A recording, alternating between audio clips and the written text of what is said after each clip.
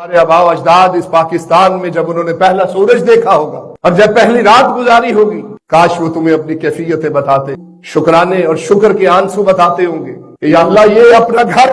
اپنا پاکستان، اس کی خوشبو، اس کی مٹی کی خوشبو، اس کے درختوں کی خوشبو، اس میں سانس لینا کس قدر حسین لمحات ہے۔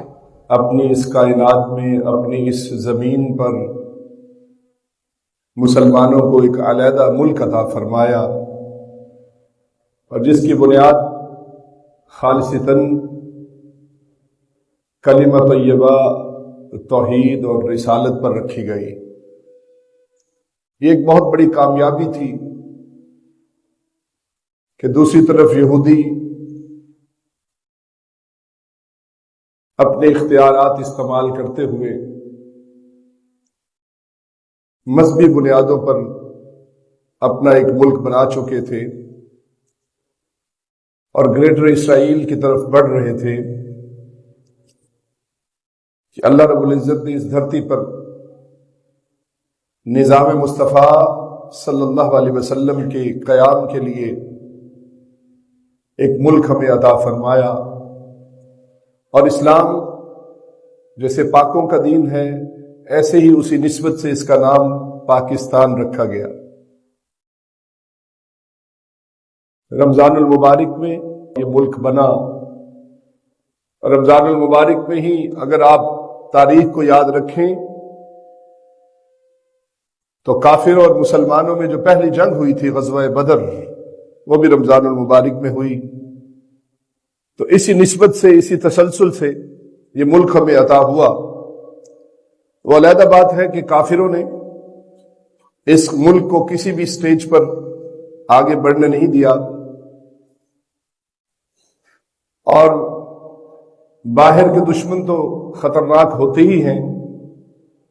جو ملک کے اندرونی دشمن ہیں وہ دشمن بھی غیروں کا اعلی کار رہے۔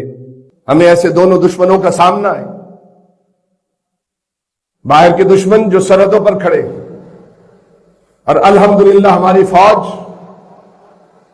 چوکنا و چوکس ہیں، آپ کی سرحدیں محفوظ ہیں، رات کو سکون کی نیند سو لیتے۔ کبھی تمہاری والدہ کے سر سے کسی نے دوپٹہ تو نہیں کھینچا، کبھی تمہاری بیٹی کی عزت تو نہیں لوٹی۔